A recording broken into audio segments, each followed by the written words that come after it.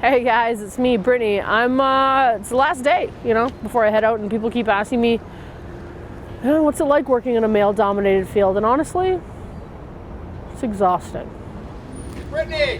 What? Brittany! What? You got any more of that good sunscreen? I left mine at home. Dude, that shit's fucking expensive. Rose water, so moisturizing and not greasy on my beard. Yeah, to be honest, having Brittany around has been a great experience. She's awesome. Really taught us a new way to approach work. Hey! Hey, you! Yeah, you! Hey, bend over. Yeah, bend over. I want to see you pick up that trash. Nice! Get into the trash, baby!